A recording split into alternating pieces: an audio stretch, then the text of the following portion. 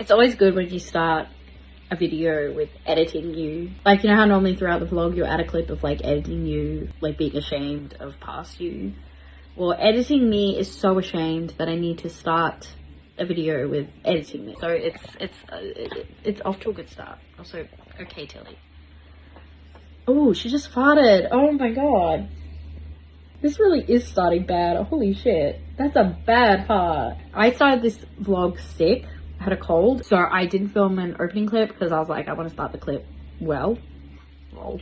Because this is starting the clip well. I never actually got around to filming that clip. So here we are. This is a video in my series where I pull titles of books out of my cup, which is my TBR jar, and it has a bunch of my physical TBR books that I never get around to. I'm trying to lower my physical TBR, so this just is a fun way to help me read those books. So yeah, I hope you enjoy, and hope the rest of the vlog is not as bad as this intro, because yikes.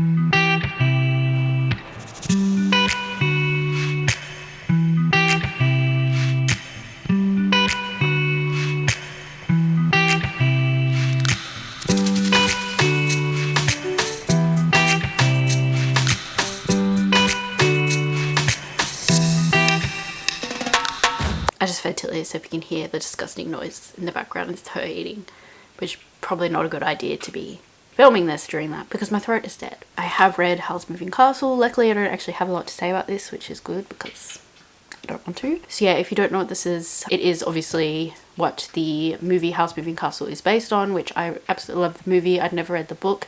I went in knowing that it's different. So if you don't know the story at all, it's about Sophie, who works at her family's hat shop.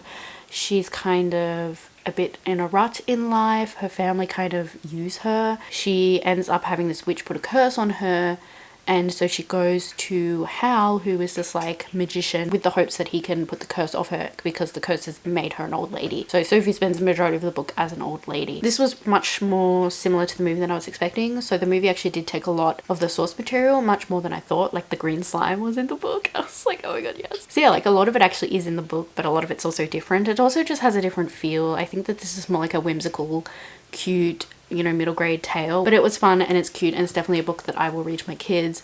It's got good messages. Sophie is an amazing character. She's really charming. Hal is still arrogant and a crybaby sook, and I love it. So yeah, I'm now gonna pull out the next book. Let's go with this one.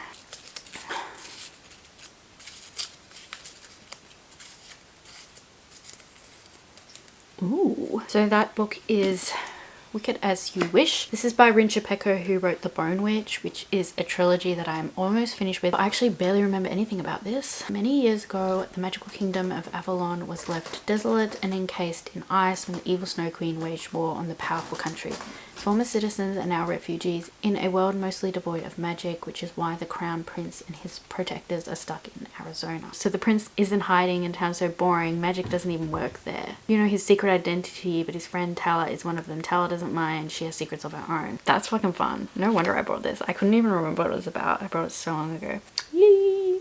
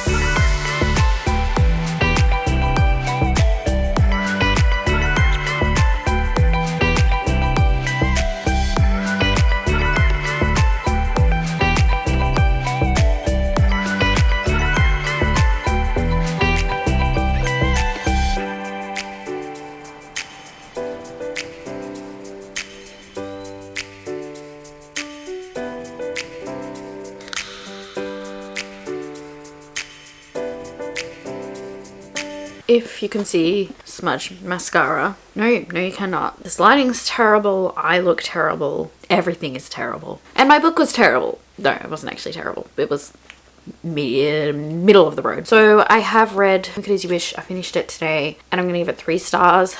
I am disappointed in this book. So this is definitely a book that just jumps in. Everything kind of happens. It's go, go, go, which I think can be fun, but I need like something to hang on to. I need a moment just to pause and reflect and actually feel something, feel grounded in the story, feel like I care about stuff.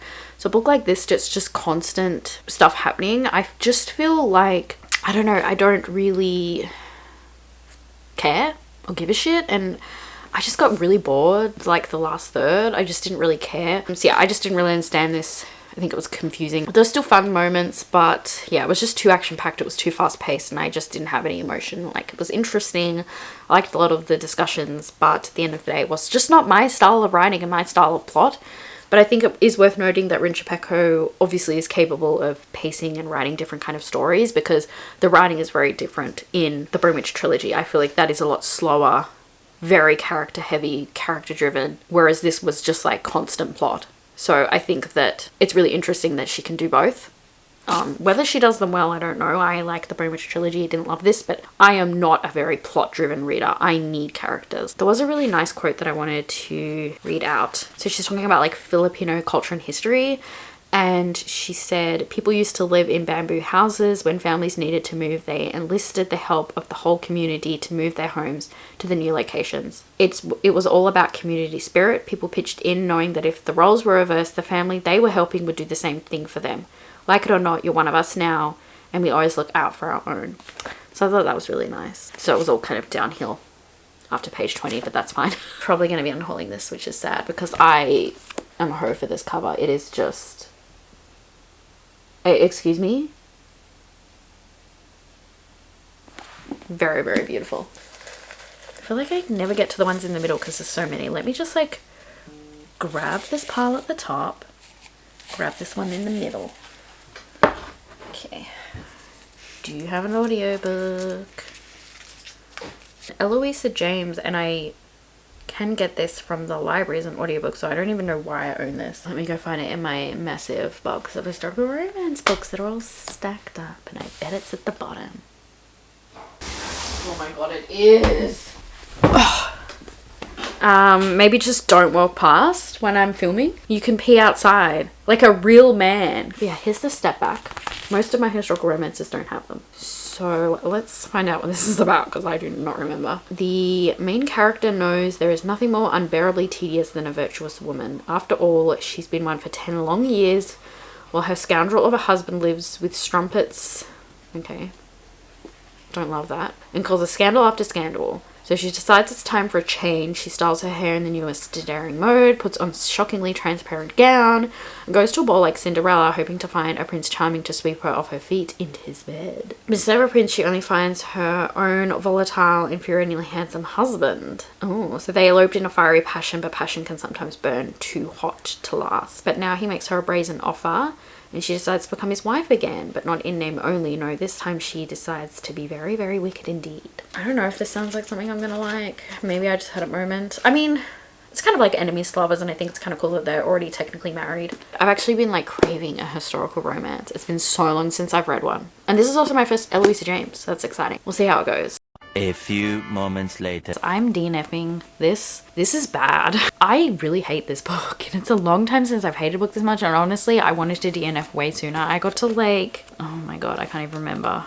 Like, maybe chapter 23 or something. So I got like, I'm over halfway, and honestly I would have stopped earlier, but to count your DNFs for a Realmathon, which is a readathon I'm participating in at the moment, you need to read at least 50% of your DNF to be able to count it. So I needed to push through because I'm like, I hate this, at least make it count for something. So I pushed through so that I can get points for my team. I don't even know what this is trying to do or is about or is. It's just terrible. I'm sorry, that's rude, but it's just bad. So yeah, as I said before, it's a married couple, and apparently after they eloped, they went to have sex and apparently the sex went really bad. So they just like don't talk, or he kicked her out of the house. Like, it's just stupid and awful. And so they have barely talked. He's like cheating on her and everybody knows. And obviously, like, in this sort of time period, your reputation is like your life, especially as a woman. So her reputation's shite because, you know, she's being treated like ass by her husband that she eloped, and her family didn't want her to get eloped to him. She's in a really shitty situation, and she's like, I want to have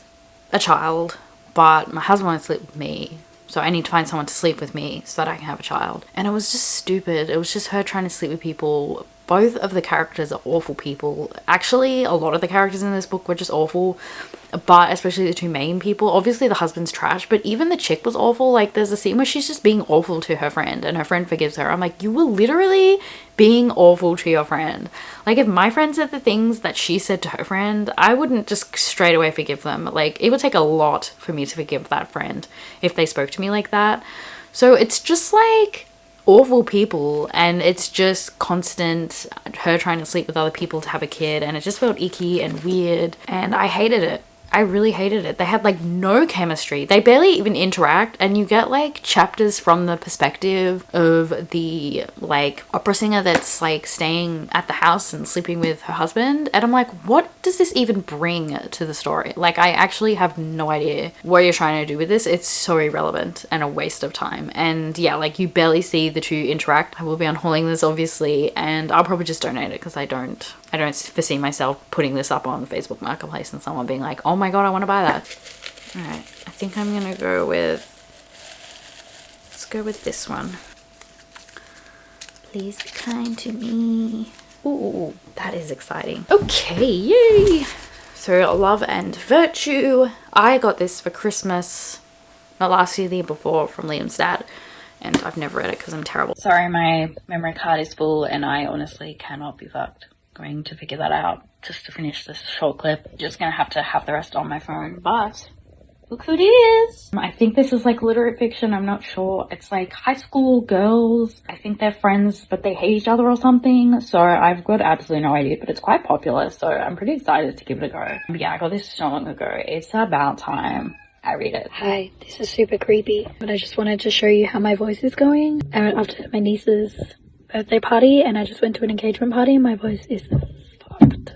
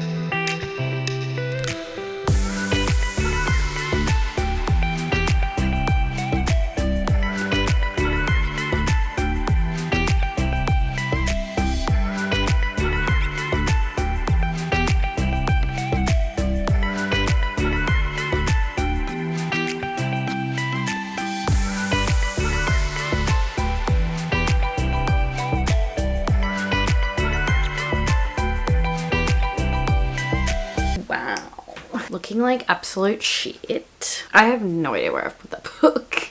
It should be in here.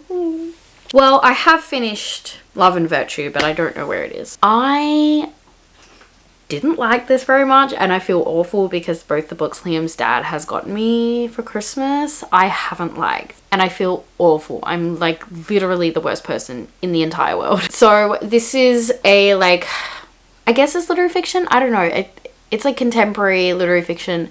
It's like pretentious white girl fiction. Like, it gives like Sally Rooney vibes, and it's about uni. So it's set in Australia. It's by an Australian author. It's about this girl that goes to uni. She goes to like this prestigious school, and I think she's studying philosophy from memory. And she becomes friends with this really like over the top, outspoken smart chick. You know, those pretentious annoying girls. So she becomes friends with her, but she also has this like relationship with one of her lecturers, and it's just weird, and I don't really know. It feels like the book was meant to be about the sexism in education and the way that women are treated, the way that they feel pressure to use their sexuality, their body to get grades, but I just thought how it was handled in this book was weird. And it was like pitting these two friends together, and a lot of the conflict was between them and not this like fully disgusting lecturer that she was sleeping with. And it was just weird. I'm like, you're trying to be feminist, but I feel like at the end of the day you're being quite anti-feminist because you're pitting these two girls against each other, and it's gross, and the major conflict is between them and not like the guy she's sleeping with. Like, I don't know if I'm just dumb and this has gone over my head, but to me it just seems so bad. I'm just like, I don't feel like you're accomplishing what you're trying to accomplish, like, at all. And at the beginning of the book, the main character is sexually assaulted, so do keep that in mind. Definitely check content warnings. And I guess I do appreciate overall that she is trying to